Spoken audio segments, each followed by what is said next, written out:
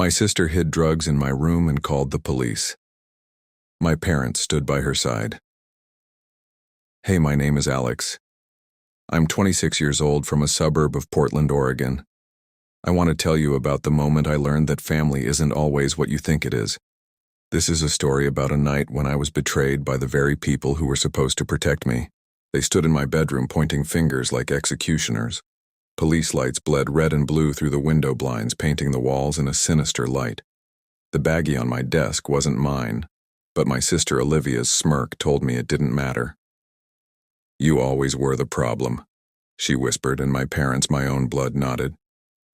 Just take the blame, my mother said, her voice cold. You'll only make it worse if you fight, my father added. The betrayal hit me harder than the flashing handcuffs tightening around my wrists. I grew up believing family was a fortress. My sister Olivia was the one I shared secrets with under blanket forts. My parents told me we would always protect one another. That illusion cracked years ago. Little fractures I ignored. Her lies, their favoritism, the way my pain never seemed to matter. But this night wasn't a crack. It was the total collapse. The police questioned me, their suspicion thick in the air. But I didn't shout. I didn't beg. I knew panic would only make things worse. Instead, I asked for one thing. My lawyer, one. Because months earlier I had started preparing. Olivia thought she was clever, sneaking into my room, leaving tiny trails of sabotage. A missing wallet, a deleted email. But I noticed the patterns, the fingerprints of her malice, and I didn't confront her. I adapted. I set cameras in my room, quiet, unblinking witnesses she never suspected. So when the bag of pills appeared on my desk, I already knew exactly how this night would end. My lawyer arrived calm and precise, and I slid him the flash drive. He waited until my parents leaned against the wall, smug in their certainty. Then he pressed play. The screen lit up, showing Olivia entering my room, pulling the drugs from her purse, tucking them neatly under my notebooks. I could hear her laughter and her whispered rehearsals. He won't be able to talk his way out of this. And then my mother's voice off camera. You'd better make sure it sticks this time. My father's grunt of approval. Oh. The room went completely still. I watched the color drain from my mother's face first. Her lips trembled, but no words came out. My father opened his mouth, then closed it, then opened it again. Nothing. And Olivia.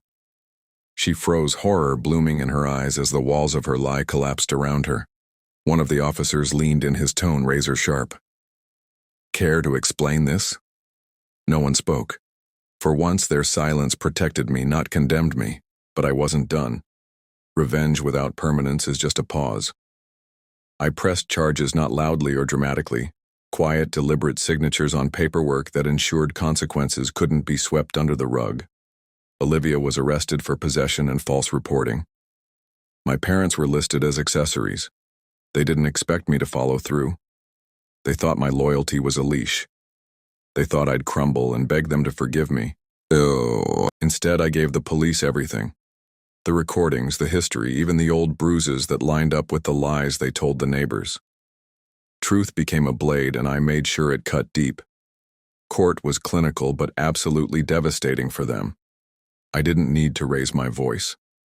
The evidence spoke louder than rage ever could. I watched as Olivia's lawyer scrambled, as my mother broke into tears on the stand, as my father sat rigid, stripped of all his authority. They tried to twist the narrative and make me out to be the bitter one. But every attempt unraveled against the cold, undeniable footage. I didn't smile when the verdicts were announced. I didn't need to. Their downfall wasn't about spectacle. It was about balance. Months later, I visited my old house. Not inside, just the sidewalk across the street. The curtains were drawn now. The lawn, once manicured, was overgrown. A for sale sign sagged near the porch. That fortress I thought I'd grown up in was now hollowed out, exposed. I didn't feel sorrow. I felt release. People ask me if it was worth it, if destroying my own family left me empty. Here's the truth. They destroyed themselves the night they chose lies over me. I only removed their masks. Olivia lost her freedom. My parents lost their reputations. and me, I gained clarity. I learned that blood isn't thicker than betrayal, that silence is a weapon if you know how to use it, and that sometimes justice isn't about forgiveness. It's about making them beg the same way they once demanded I kneel. So yes, when my lawyer pressed play and the truth painted them guilty, that was the moment I became free. And freedom, unlike family, never betrays. Friends, if you love real-life stories, shocking secrets, and unforgettable experiences that can touch your heart, make you laugh, or even leave you speechless, then you are in the right place. On this channel, you'll find powerful Reddit stories every single day, some full of emotions, some filled with drama, and others that will keep you thinking long after they end. Don't just scroll away and miss out on the best stories. Hit that subscribe button now and become a part of our story family, so you'll always be the first to experience the next unforgettable tale. Your journey into the world of stories starts here. Subscribe today, and let's explore them together.